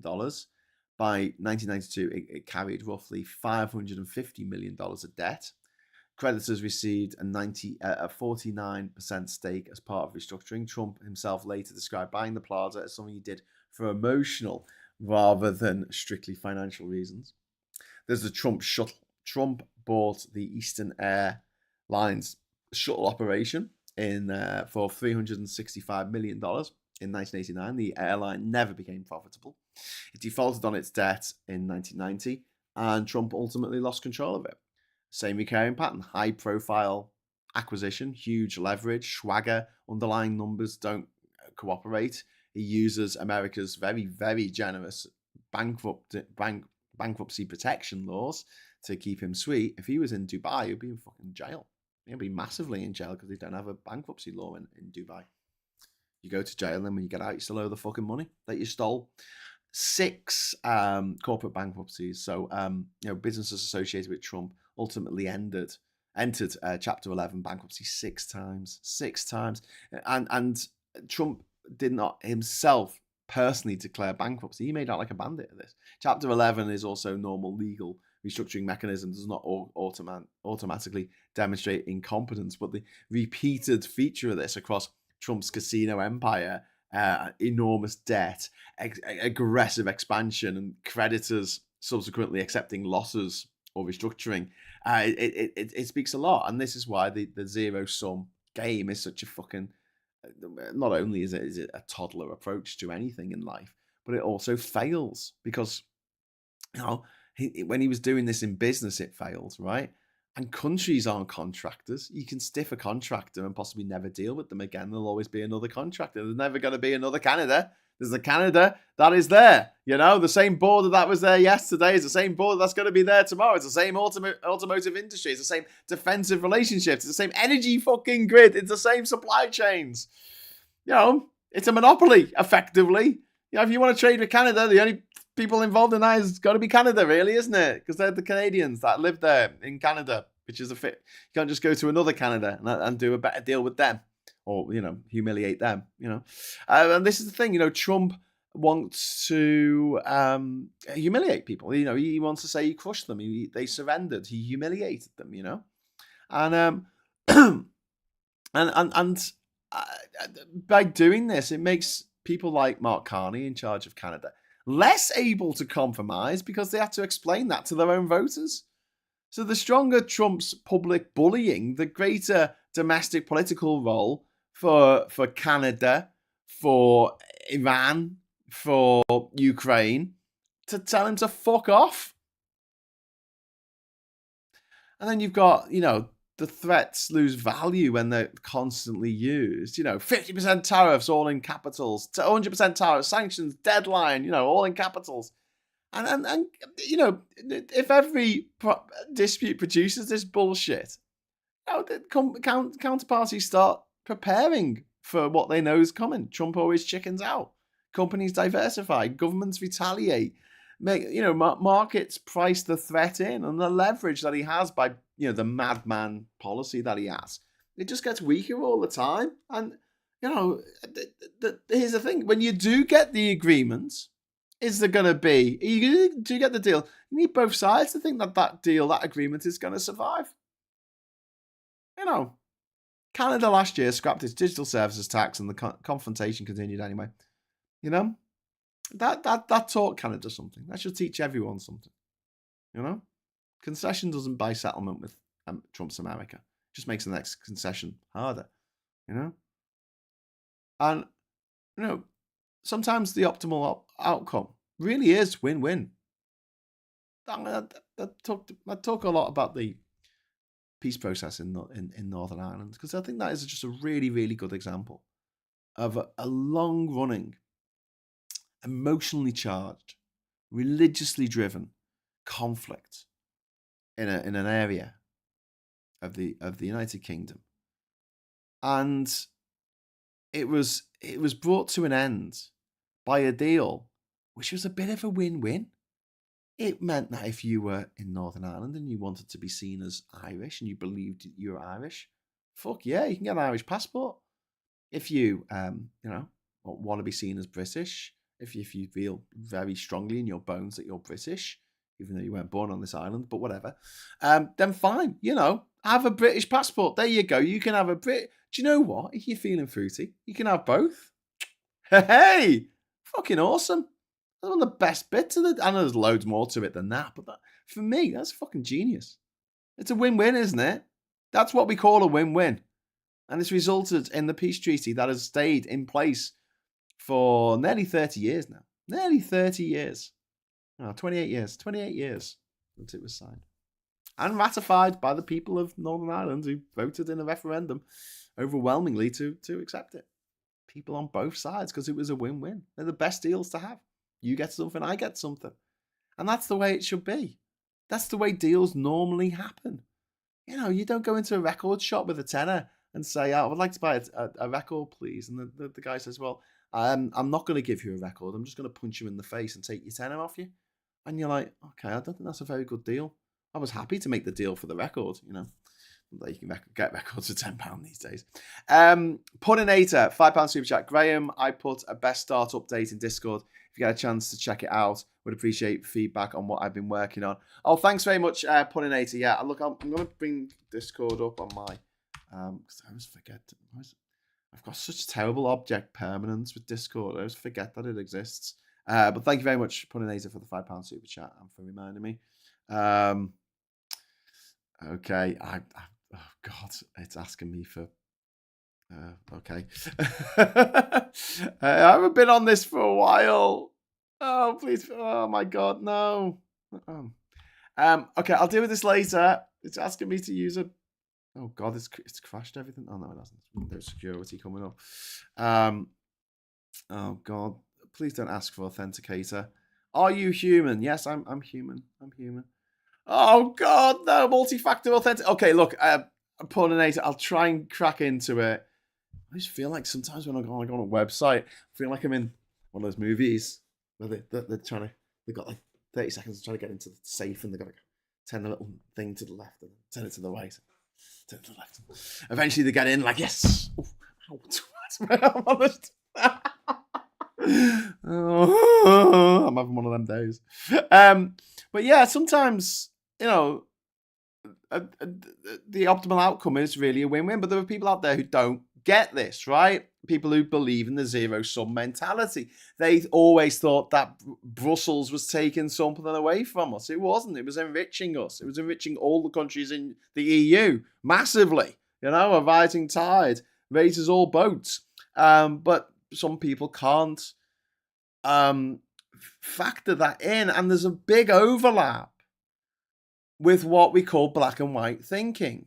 Winner, loser, woman, man, straight, gay, there's nothing in between these things. There's no autism, on or off. You're either autistic or you're not. You're either full autistic or you don't have autism at all. No. It's a spectrum. It's a grade. Everything in our lives is a spectrum. We're all analog. There's nothing about our lives, really, that is digital, apart from computers.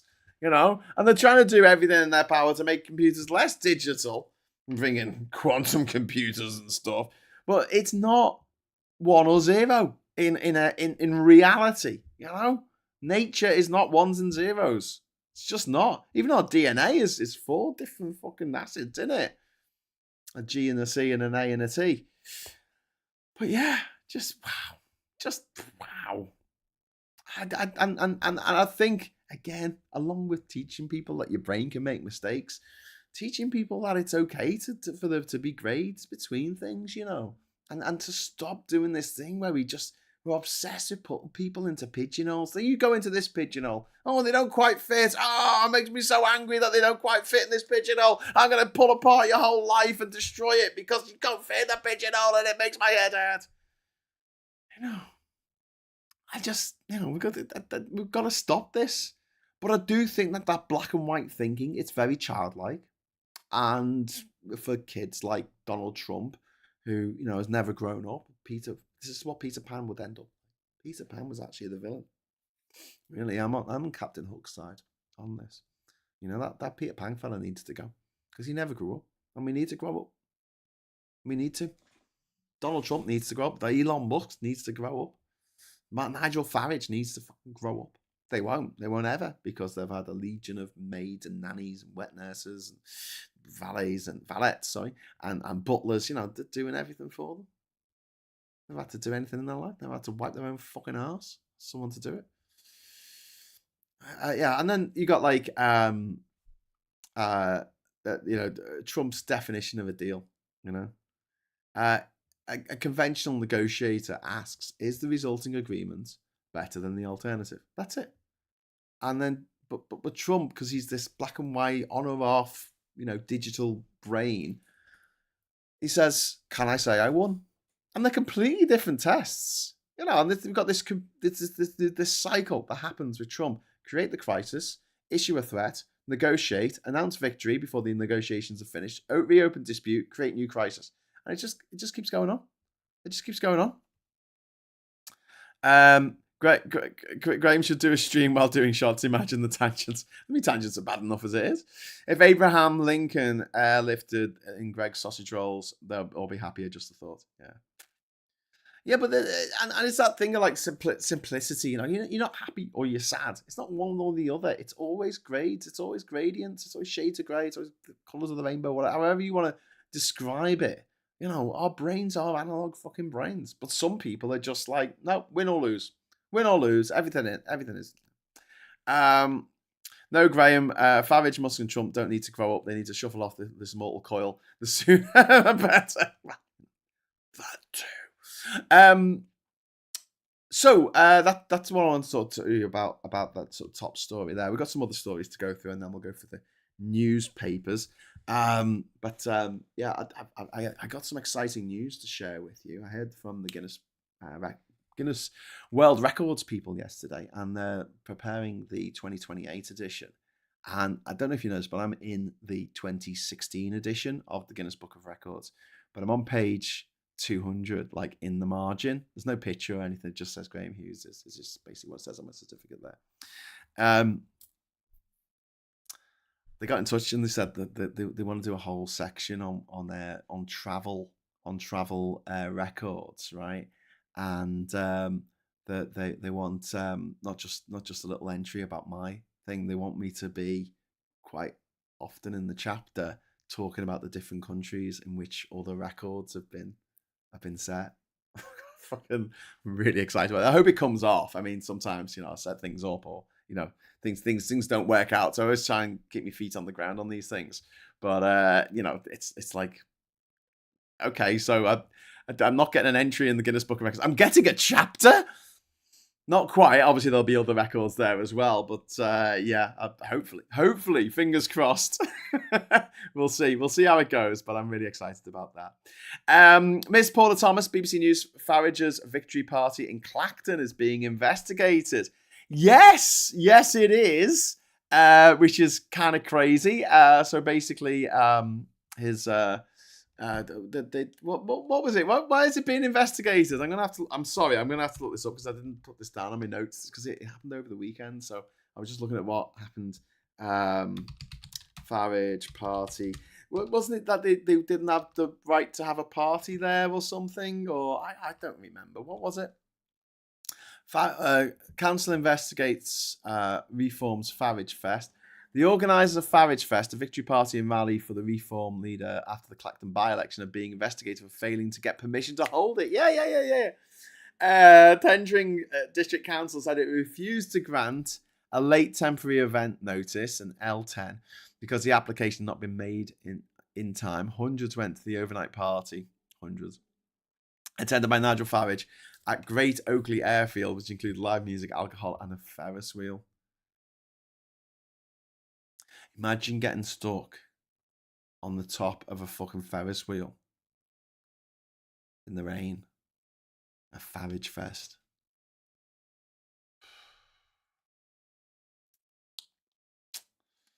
Welcome to Clactonbury, Farage told cheering supporters. I'm going to be here all night. They probably fucked off, didn't he? Oh my God. So that's getting looked at. They can't do anything, right? They want to run a country. They can't even fucking literally piss up in a brewery. Wow. Wow.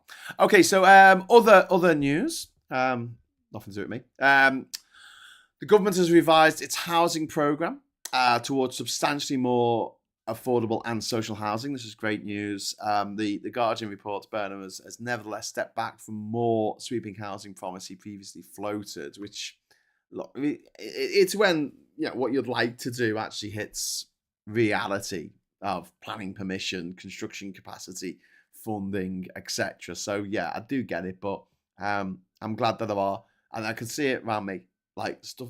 You might be able to hear a reversing alarm in the back, and I guarantee that's one of the trucks that's working around here building. There's the building over in Ushermore near me. There's a whole field that's getting turned into affordable housing, and good, fantastic. Bring it on. Yeah, great. We need it. And then we've got graduated driving licenses. Drivers aged 17 to 24 held only 6% of licenses in 2024, but involved in 20% of collisions causing death or serious injury. Amongst 17 to 29-year-olds killed or seriously injured, roughly 3/4 were male. Half the people killed or seriously injured in crashes involved young drivers were other road users. And what the government is looking into is graduated licensing to restrict night driving, passengers, alcohol limits. Like, it should be zero. It should be zero. Actually, I think that the limit for alcohol and driving should be zero. Full stop. Like it is in Poland. I think it's that in Scotland. It isn't actually. I'm saying that I know that it is, because when we went to a not a brewery, what's it called? A distillery, a few years ago. They had like shots that you could try a bit of the whiskey. And they said if you're driving, you can't even have like a taster shot because you can't have any alcohol in your blood. Good. Fucking do that.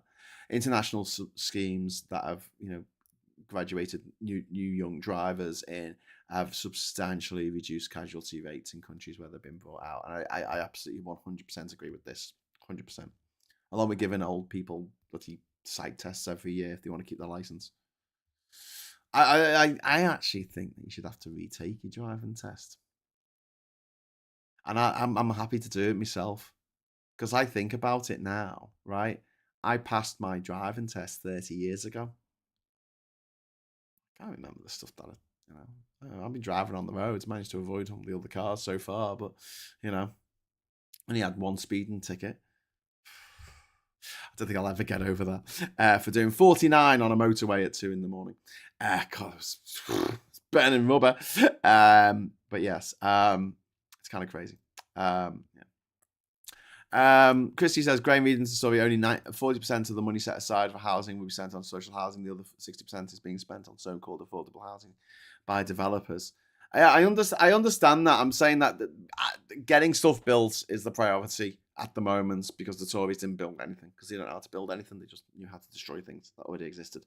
But look, I welcome any step towards making it easier for the next generation to own their own homes and not be trapped in this horrible situation where they are having to work every hour God sends to pay off the mortgage for someone else who's already rich. Affordable for who? Well, look, yeah. The more houses out there are, the more affordable all houses will become. Because at the moment, it's yeah. Yeah. So I also want to talk about the graduate jobs collapse. This is fucking crazy. So only 8,383 graduate vacancies were advertised in July. That's down 45% since last year. Year on year, that's down 45%. It's the lowest figure since they started collecting figures on this. For comparison, 55,000 graduate vacancies were advertised in 2017. And around 1 million young people are NEET and not in education, employment, or training in the first quarter of 2028. This is a huge, huge problem that needs to be tackled. Tying in with the graduated licensing for driving, there is this spate of these dangerous driving social media videos. 5 kids were killed in Ireland last week, and then in on the A66 near Middlesbrough over the weekend. 7 people were killed, 5 in one vehicle, 2 police officers. That was a vehicle that was traveling the wrong way down an A road, the A66. 12 people have subsequently been arrested during this investigation. The suspected organised crime activity. But the government, Andy Burnham, has spoken out about this trend of people posting social media videos of them dangerously driving. Now, there's no evidence at the moment that this particular incident that resulted in the deaths of these 2 police officers over the weekend was actually they weren't. We don't know that they were filming for social media, but one of the passengers of the car, who's now dead, he has posted dangerous driving videos up before. And then you've got the government has backed tougher Ofcom action over videos glorifying extreme speeding, wrong way driving, and ghost mode, which is driving without your lights on, which has become a trend amongst a vanishing minority of people, but it's enough for it to be a problem. Okay, so and it does seem mad that you use 1 second of a Disney song and your video gets taken down straight away. You use 1 second of the footy, the World Cup or the Premiership, and that gets taken. You try and stream that online, it gets taken down like that. But if you put violent content up, you put people speeding, you put someone on TikTok trying a suicide attempt, it just keeps streaming. It's crazy, isn't it? Okay, so I mentioned earlier about Burnham going to Ukraine to cheer up the troops with a Smith song. He visited Ukraine yesterday for its Independence Day, and Britain will provide classified technology allowing Ukraine to manufacture Storm Shadow cruise missiles. France has also pledged increased military support. Kyiv says it still faces a $27 billion defence funding gap. More than 50 countries have backed calls for the UN for an immediate unconditional ceasefire. I don't really want to cover the next story, but I think that I want to draw attention to the fact that it's being covered by the BBC. So yesterday there was a story about Refug's social housing proposal. Hey, come here. I don't give a fuck. Okay, here is the field in which I grow my fucks. Behold, see, that is barren. I don't think I'll give a single flying fuck about what we fuck want to do. Stop giving them oxygen. They've only got 2.5 fucking MPs. Meanwhile, the Lib Dems have got 70 MPs. You never listen to them. Yeah, what's their social housing proposal? But the reason why I'm going to bring it up is because I want to laugh at them. Okay, I think they get way too much exposure, but I want to laugh at them because I do think I'm going to try and just whittle down my coverage of Refuck, because I think they're less of a threat than they were this time last year, right? But at the same time, I do want us to have a nice time now and again and just point and laugh at how ridiculous these people are, right? They want UK-born married couples under 35 with children to be placed towards the front of social housing queues, and foreign-born British citizens with children. Maybe if one of the people is foreign-born and the other one was born here and they have children, they're going to receive lower priority under the proposal. So the citizenship will effectively be divided into different classes according to birthplace. I don't think that's how it should work, but there you go. I mean, people do genuinely believe that asylum seekers come in on a boat and they're just given a house straight away and put on top of the house ladder. They're not. They're genuinely not. And then we've got Ukraine and the Black Sea story. We've got Russia and Ukraine remain divided over arrangements protecting commercial shipping in the Black Sea. Russia has sought restrictions on Ukrainian strikes against Russian energy infrastructure as part of any agreement. Ukraine, which is ironic because Russia, for 4 continuous winters now, has sent missiles to energy infrastructure, civilian energy infrastructure in Ukraine. And Ukraine regards refinery and logistics attacks as legitimate pressure on Russia's ability to finance and conduct its war. I like the way Zelensky calls it long range sanctions. He calls them, and no broader ceasefire there. Wheels, Darren, thank you. Lack of grad jobs will end with more fuckwits in charge, as the only grads getting the jobs will be daddy and friends with no talent. It's bad enough now. Yeah, that's true, actually. Fire daddy and friends. New housing estates built here are 300,000 plus. That's not affordable. I'm only encourage family building. Just where people trying to exist. Just overworked. Yeah, but if we put in loads more houses, those prices are going to have to come down. If there's a shortage of houses, they can just set whatever price they want. But if we can get the house price to go down, and yeah. If we can make it go down by having loads more houses, loads more options, then you won't have to pay for that kind of level of stuff. We also need to get some old people out of the huge houses that they live in.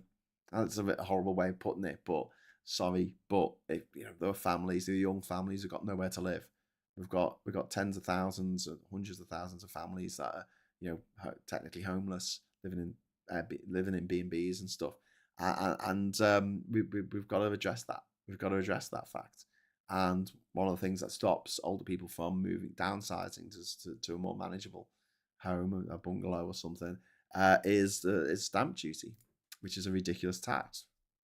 So let's get rid of that and start a new thing where you pay your tax on your property and it's a percentage of the value of the property. And that only encourages people to get rid of properties that are worth way more than they want to spend on council tax, but also bring in loads more money in council tax. Hurrah!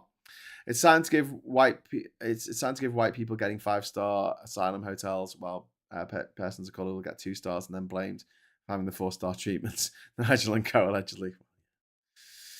Is the Farage Fest being renamed the Racist Sausage Fest?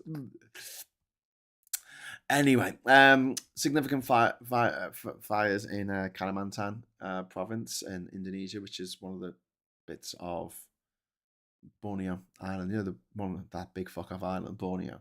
It's split between sort of 4 parts, and you've got Kalimantan, which is the majority of the island actually, but it's the south of the island, through which the equator crosses through Kalimantan.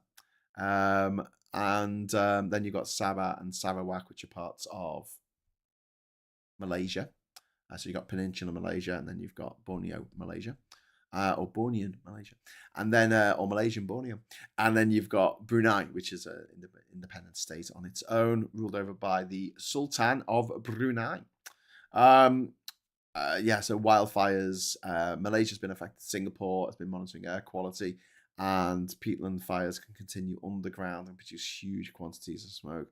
And the Borneo rainforest is one of these forests that's absolutely critical for biodiversity and also just oxygen, for fuck's sake. But it's the home of orangutans who have had it bad enough with the growth of monoculture there, the palm oil farms, palm trees, vast acres of vast swathes of rainforest which have been cut down in order to plant palm trees. Is bad enough, but now that rainforest, the virgin rainforest that's still there, is under threat from fire because of climate change. Bin Feffy demands Puninator, and I'm nothing but your loyal servant. So here you go.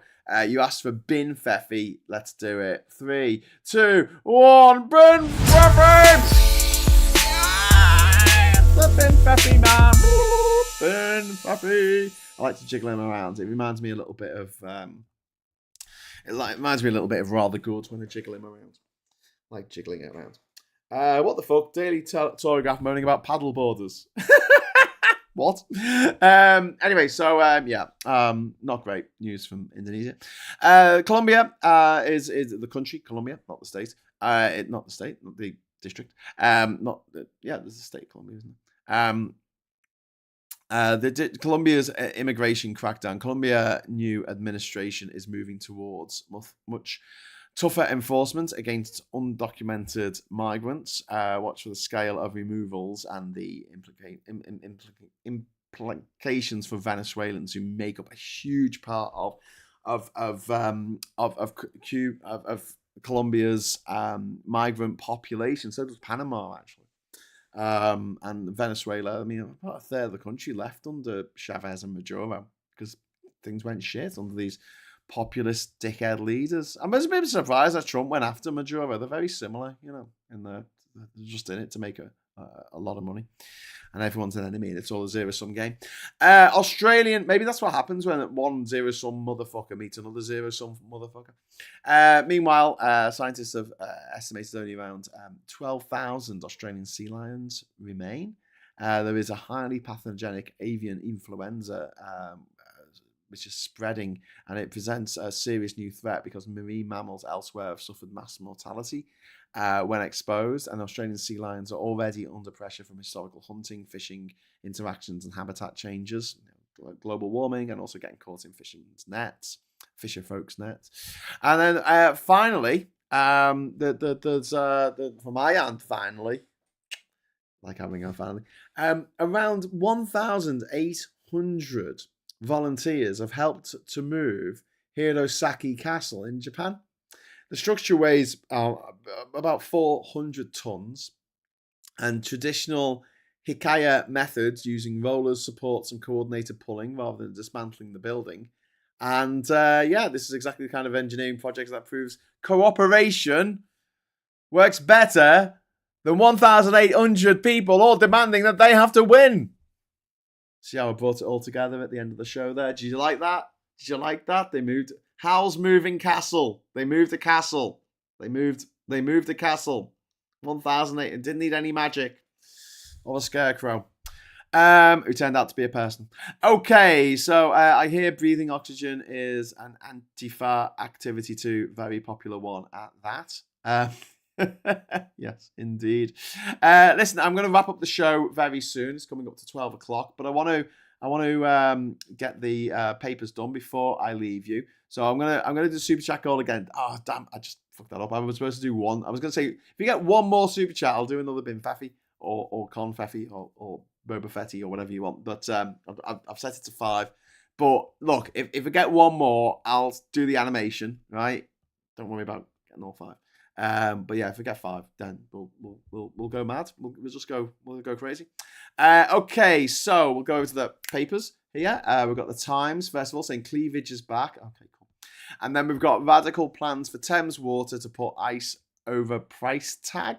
The Prime Minister shelved plans to put Thames Water in administration amid concerns about the costs and the legal risks. The Times have been told. This is something that Phil Morehouse has mentioned quite a lot, where he said it's going to be very difficult for the government to take over Thames Water because there's just so much fucking debt and there's so much stuff that they need to do. And we'll end up paying for it.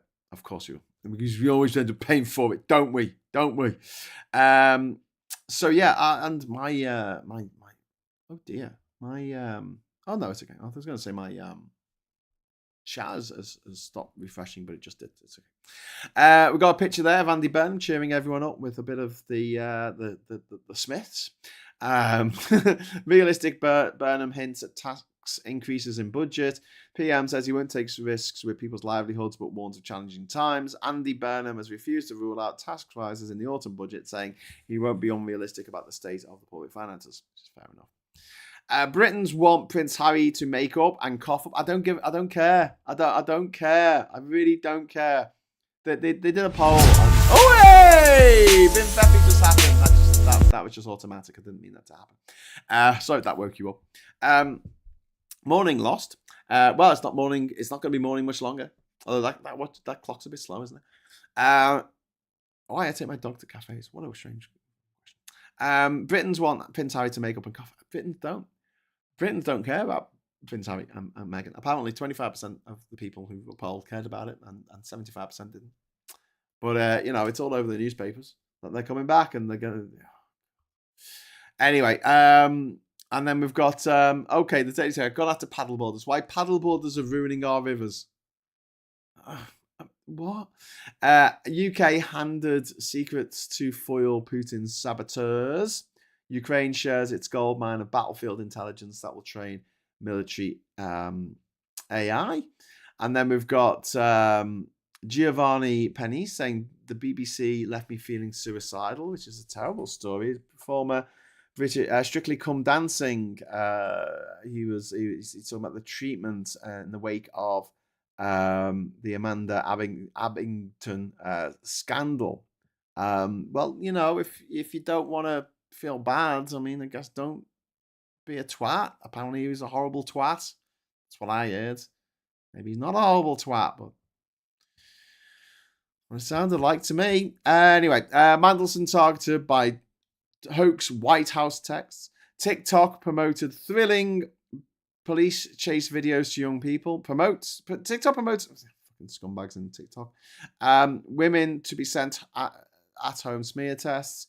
Burnham may cut tuition fees for EU deal. Okay, well, I don't know about that because I mean we need more foreign students coming to our universities. But obviously, when you were an EU student, you got a discount, didn't you? And back in the day, you only paid what a British student would pay. But then, obviously, once we Brexited, if you're a European student, if you're from the EU, you had to pay international rate, which was a lot higher. I think that was a problem with like people from Norway. You know, people from Norway coming to Lippe in Liverpool and other institutions and universities around the country. I think they had to pay full whack, you know. Whereas if they were from Sweden or Denmark next door or Finland, they only paid what British students paid, I think. Anyway, bad hair days. There you go. We've got Burnham accuses Kremlin of outrageous threats to Britain. PM uses first official visit abroad to offer Ukraine blueprint for missiles. Care leavers, early deaths linked to lack of support. Police arrest 12 following crash that killed 7. Which we mentioned that happened near Middlesbrough. Really awful story that, but don't worry, it is very, very rare that something that horrible happened, and that's why it was all over the news for the weekend, because it's quite rare. Daily Mail here. I'm emotionally battered, physically scarred, but still in a bikini at 60. Okay, cool. Concerns grow as prescription surge 21% in 5 years. Record 1 in 7 on antidepressants as pill use rockets. Well, you know what, Daily Mail, go fuck yourself. I mean, go fuck yourself, because you're one of the reasons why so many people are feeling the way they're feeling. You know, there's 2 types of depression. There's depression that is just essentially, I know this isn't the correct way to explain it, but just as a shorthand, we say it's a chemical imbalance, right? So your brain's fucked up, in, you know, and like I said earlier, your brain's not infallible. It makes mistakes. We've all been there when our brain's kind of not working in the right way, and when we hurt our hand, it sends a signal to our brain saying, hand hurty hand, do something about hurty hand. Whereas your brain's not working, there's no secondary brain to tell you that, you know, the brain in your gut, to tell you that you've got a problem with your brain. It's not working properly, okay? Hand not working, foot not working, bum not working, okay? You'll get a signal about that, but you won't get a signal about your brain. It's a big problem. But then there's environmental depression, which is caused by events, right? And it goes back to what I was saying at the top of the show. We're not meant to deal with this much grief. Grief as in heartache and, you know, loss, but also grief as in fucking, you know, hassle. We're not designed for this much stuff. And Daily Express, the Daily Mail, every day pumping out stories that make it sound like it's the end of the fucking world. I want us to go back. And it's a mythical time. I don't think it ever existed, but it feels like it did. And we could have a laugh. Do you remember that? Do you remember we could have a fucking laugh? Remember we could have a really fucking good laugh? Do you remember that? Do you remember those days? I want to go back there. I want to go back to those days.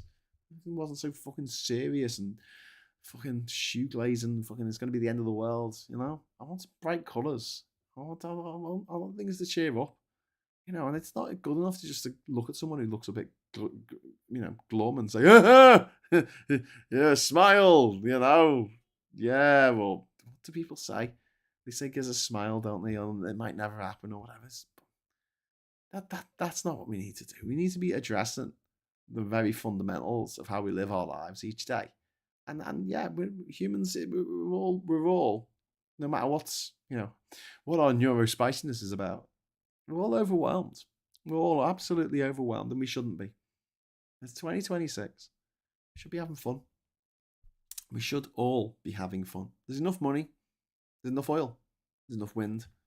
There's enough food. We all should be having fun. All of us. The use of antidepressants will skyrocket if the government introduced plans to chemically castrate sex offenders, as antidepressants are the drugs they use for that purpose as well. I mean, yeah. I mean, the plan to chemically castrate sex offenders, I don't think it's all sex offenders. I think it's people who volunteer, and they do this in other countries. I think they do this in Germany. They volunteer to be chemically castrated. And I'll put my cards on the table now. If for whatever reason, my brain decided that it found children attractive, I would want that. I would want chemical castration. I wouldn't want to act on those feelings. Thankfully, I don't find children attractive. But if I did, fucking no way would I want to have that in my head. No, that's it. Go away. I can live without sex. It's fine. Bad enough. I'm more than enough. But yeah, I mean, it's a bit shit. But if it's voluntary, then yeah. More of the kids killed in crash beg judge to jail him before he kills himself. Fucking hell, pun. Wow. Fucking young boys, young men. Fucking, they're just gung ho for fucking crazy shit, aren't they? That's why your army's made up of like young men, isn't it? It's always young men. They've got no sense of mortality. As you get older, you start going, oh shit. When you're younger, it's like, I'll fang around the corner at 100 miles an hour. I'm sure it'll be fine. No concept of your own mortality. Wheels Davin, £2 super chat. What do you think of Nick Holt out of the new HP show? What, the House of Parliament show? HP Source. Oh, you mean Harry Potter? He's been replaced, hasn't he? By Kit Harington, privately educated, of course. But then Nick Holt is also privately educated because they're actors, darling. You don't get into acting if you went to one of those pleb schools that 93% of us went to. So no, he's left, and he said it's because of scheduling conflicts, but I think it's because he's currently promoting.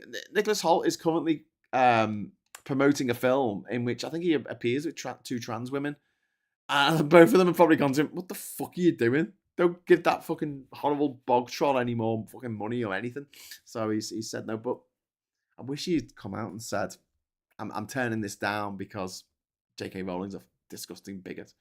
I wish he had said that. That would have been great. But Kit Harington, I don't want it. Famously terrible actor. But there you go. We've got Wheels down there. What do you think of the new HP show? And that also allows me to trigger the bin. I did say I would trigger the confetti, didn't I? So let's do that. 3, 2, 1. Where's the confetti button? Oh, there it is. Hey! That was a bit bad. I have to sack my producer. Doesn't know what he's doing. Right. By the way, several independent studies have shown that chemical and physical castration doesn't work, as it doesn't address the root issues like previous childhood abuse, intrusive thoughts, etc.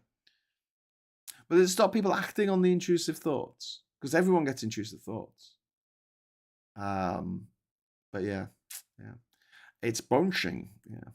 But yeah, I would not support anything that forced chemical castration on anyone. But if it was an option for prisoners, if they want to leave early,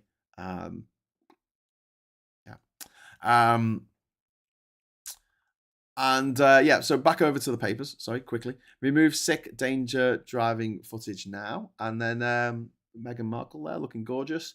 And the real story behind Meghan's Netflix attack. I don't give a shit. I couldn't give a monkeys. Don't give a fuck. Okay, so Daily Star. Snooker legend as child sex abuser. This is a former world snooker champion, Graham Dott, has been found guilty of sexually abusing a boy and girl who were found both at primary school. Yeah. Okay. I think I might have to wrap up very quickly. I'm going to have to just put on the Morning Brew screen. So just 1 second. I'll be back in a moment.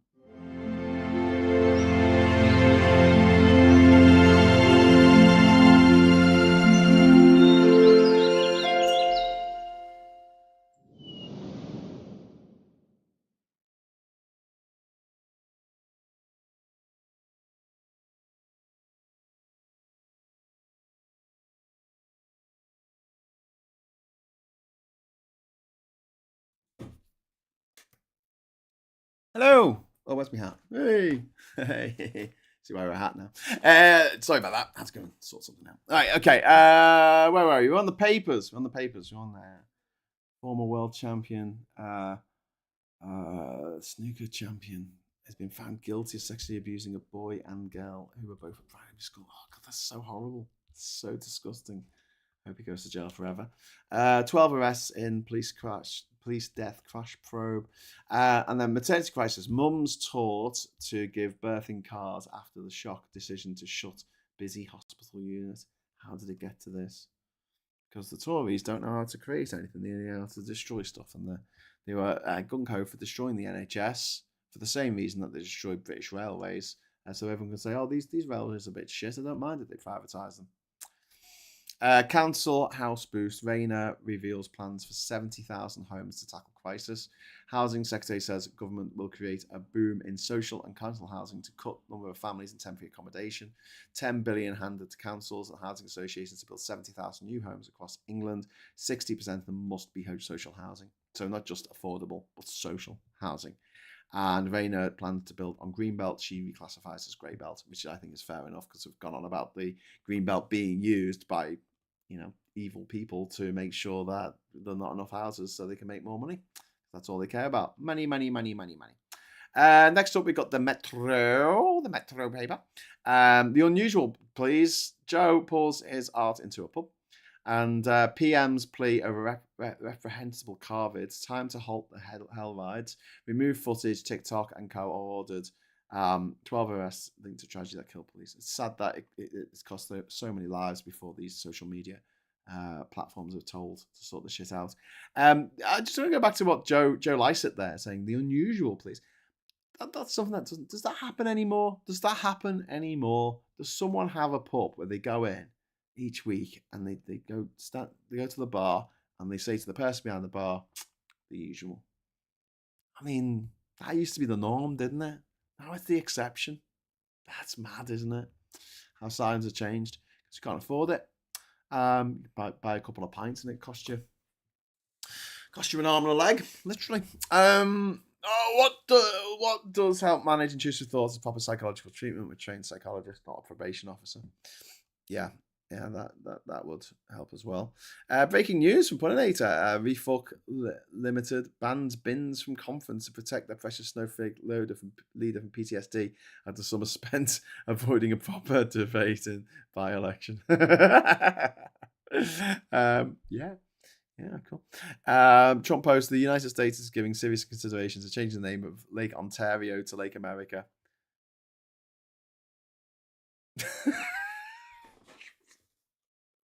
You gotta laugh, haven't you? Fucking knobheads. It's all gonna it's all gonna change back once he's dead. Once he's out of here, it's all gonna change back. Don't worry about it.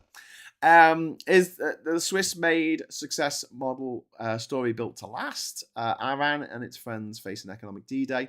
Missile lock Burnham on Kyiv mission. Trump pledges to bump Canadian car tariffs to 50% after trade talks collapse. Singapore offers sweetener of $55,000 per child to reverse plunging birth rate. Bloody hell, that's a bit of a sweet. I'll take that. Anyone want a child? Let's go to Singapore and get some money. Africa looks to space for solutions on the ground. And then we've got a briefing here on the right side of the page. We've got British partners, private markets, push rattles UBS. We've got number 10, dilutes home plan. We've got Thames Water shake-up. We've got bidders eye Shell assets. We've got rates grow, looks at pub. Rates Guru, sorry. Rates Guru looks at place. It's really small on my screen here. Nuclear fleet on the horizon. We've got Sheen lowers expectations. Did anyone have any expectations of Sheen? And then KPMG cuts after scandal. A scandal? A scandal? A scandal of one of the big four, firms. Funny that. Okay, I've got to take my ADHD pills. I said it because I thought it'd be after the show. Okay, right. I've been in a car crash, but wasn't driving since I can't drive. 46 broken bones, 18 months in hospital, have to be homeschooled for like 2 years. Bloody hell, Puninator. That's horrible. I'm so sorry, Puninator. And I do find the way that people, not just British people, people all over the world, drive, it drives me up the fucking wall. It's a 2-ton fucking slab of metal, and you're fanging it around corners at 100 miles an hour. Fuck off. Stop it. And there's this the need for speed, and this showing off how fast you can drive, and fuck off. I think cars and trucks, whatever. I don't think trucks already are limited with the speed. I think cars should just be limited to 70 miles an hour. Be easy to do with the new electric cars. Just limited. That's it. And depending on what road you're on. The only problem I could see with limiting it to anything less than that is that sometimes when I'm on adaptive cruise control, right, in our electric car, right, so I'm sitting on the motorway, and it's great, all I have to do is steer, and what it'll do is when there's a change in the speed limit, it uses GPS and also camera data to see the speed signs, and it'll take us down to 50 or take us to 60 or whatever it needs to go to. So if you go to your 40 road and it goes up to a 60 road, it'll detect that and it'll take your speed up to 60 without you pressing down on the accelerator, right? It's a bit scary, actually, but especially when it happens on the corner. Sometimes you're on the motorway and the adaptive cruise control thinks that you're on the because the GPS is a bit off, as it sometimes drifts. It thinks you're on the slip road, and I've had it before where I've been on the motorway doing 70, and then suddenly the car's gone, we're in a 40 zone now. I'm like, no, you got to press your foot down the accelerator before the person behind you crashes into the back. Shouldn't be so fucking close, should you? But I do think that we need to think about how our relationship with cars is a bit unhealthy. It's a bit unhealthy. We act like wankers when we get into cars. We all do. We all think that we're the best driver ever to have got behind the wheel of a car, and everyone else is a dickhead. Everyone else is a dickhead. I'm the only one driving sensibly. All the rest of you are dickheads. All cars should have an 88 limit. Well, the illusion of an 88, but it goes up to 63. 88 miles an hour. The scum profited off barely legal teen girls posing for their page 3 feature for decades until 2003, when the Labour government upped the age to 18. Yeah. Absolutely disgraceful. But children on the with naked children in their newspaper. Tailgating is wrong.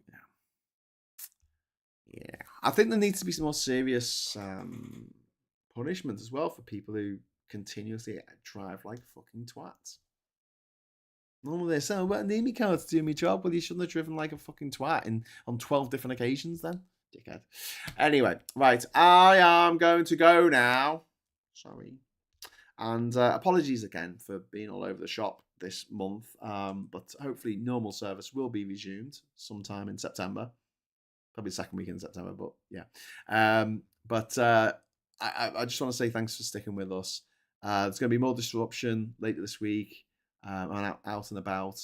Got a pulp gig. On Friday that I'm going to. Yay, go see Pulp. So I'm quite excited about that. But in the meantime, I just want to say thank you so much for watching. If you enjoyed this little bit of tangential news story, criticism, banter, whatever, give us a like. Subscribe if you're not already subscribed. Hit that bell notification icon so you know when we're going to go live. Now, there should be a show tonight at 7:30. We should be doing an episode of Geoscope with me and Ollie Bowler Hatman. So please lock that into your diaries. Hopefully it will be on time. And after that, we've got the wonderful Maximilian Robespierre, who will be joining us.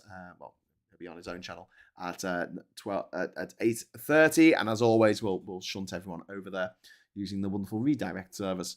That you have no choice. You have no choice but to go over to this other person that I want to watch their stuff.